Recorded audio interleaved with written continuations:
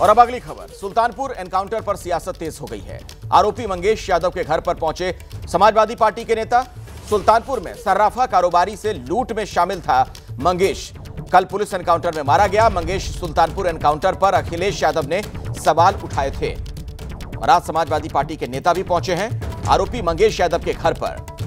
तो किस तरीके की राजनीति नजर आ रही है उसका आप अंदाजा इसी बात से लगा सकते हैं, जिस तरीके के बयान दिए गए और आज समाजवादी पार्टी के नेता यहां पहुंचे हैं। सुल्तानपुर एनकाउंटर में मारे गए मंगेश यादव के घर समाजवादी पार्टी का डेलीगेशन पहुंच चुका है। परिजन से डेलीगेशन बात कर रहे हैं। हमारे आप ठीक पीछे देख सकते हैं समाजवादी पार्टी के वरिष्ठ नेता लखनऊ से, जौनपुर से, पूर्व विधायक से लेकर जिला अध्यक्ष तक यहाँ पर मौजूद हैं।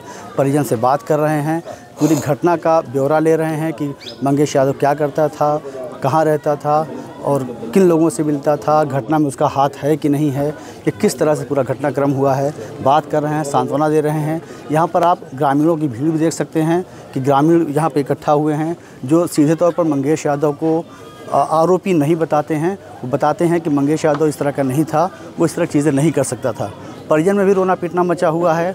परिजन में काफ़ी लोग, आसपास के लोग भी जुटे हुए हैं। गांव में आप जो भीड़ देख सकते हैं वो साफ दिखाई पड़ रहा है कि मंगेश यादव को लेकर के किस तरह का माहौल यहां पर है।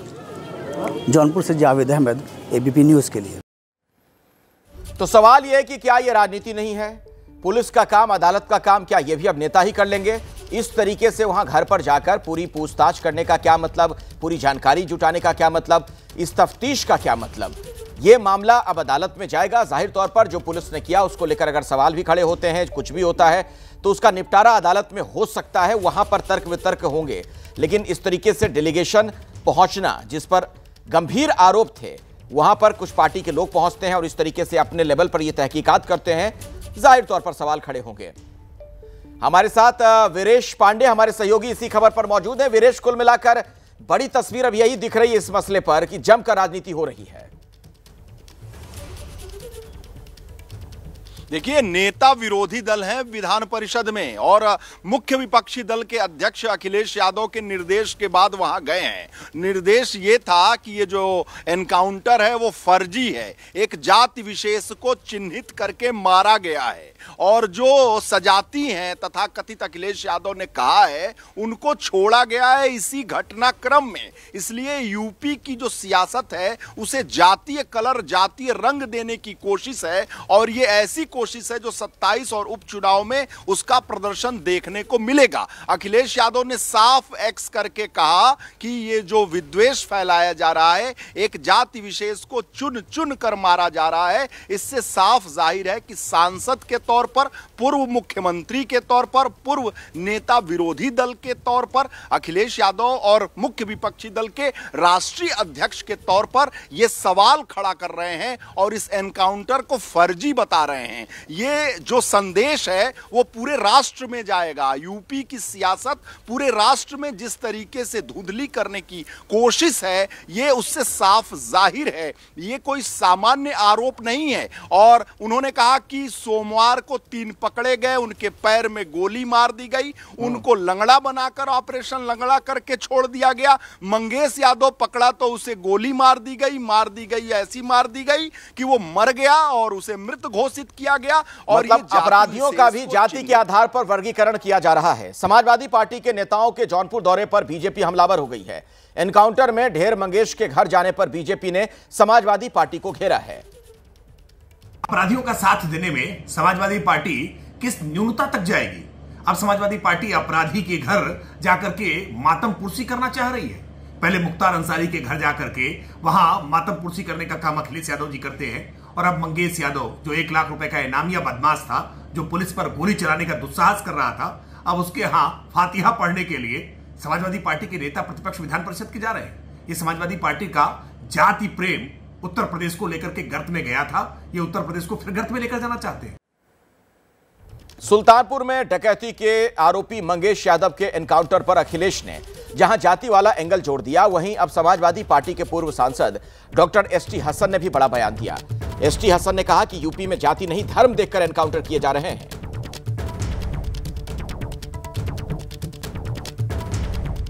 हसन साहब, अखिलेश यादव जो कह रहे हैं कि एनकाउंटर जाति देख के किए गए जा रहे हैं, आपको क्या लगता है कि उत्तर प्रदेश में इनकाउंटर जो है जाति देख कर किए जा रहे हैं?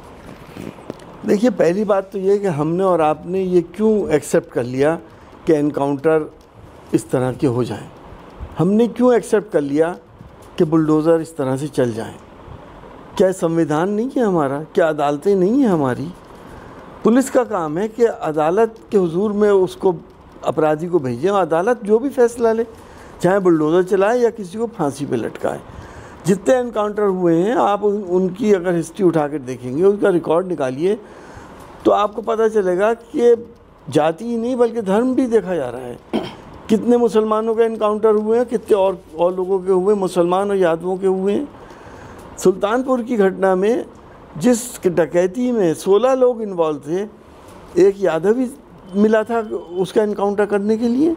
तो क्या जाति और धर्म की निगाह से हम लोग नहीं देखें इस तरह की चीज़ें? तो अदालतों की ज़रूरत क्या रहेगी?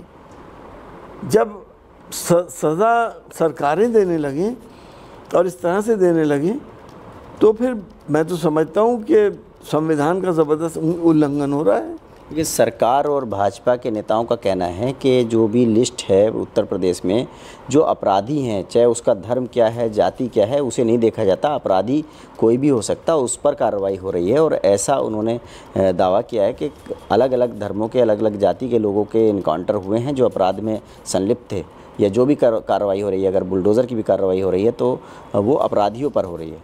देखिए, मैं तो आपसे परसेंटेज को कह रहा हूँ। मानता हूँ कि और लोगों के भी हुए हैं एनकाउंटर्स। परसेंटेज किसकी है ज़्यादा? कितने मुसलमानों के हुए हैं, बाकी और कितनों के हुए हैं, आपको खुद मालूम हो जाएगा। मैं तो आपसे कहता हूँ कि आप मीडिया ने और हम नेताओं ने ये एक्सेप्ट क्यों कर लिया कि एनकाउंटर जो है वो एक होना चाहिए? क्या ये संविधान के ख़िलाफ़ नहीं है ये सब बातें?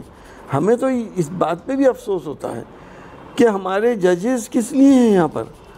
फैसले तो वो करेंगे कि अब क्या सही है क्या गलत है। एसटी हसन कह रहे हैं कि एनकाउंटर हो ही क्यों, अदालतों से फैसले होने चाहिए।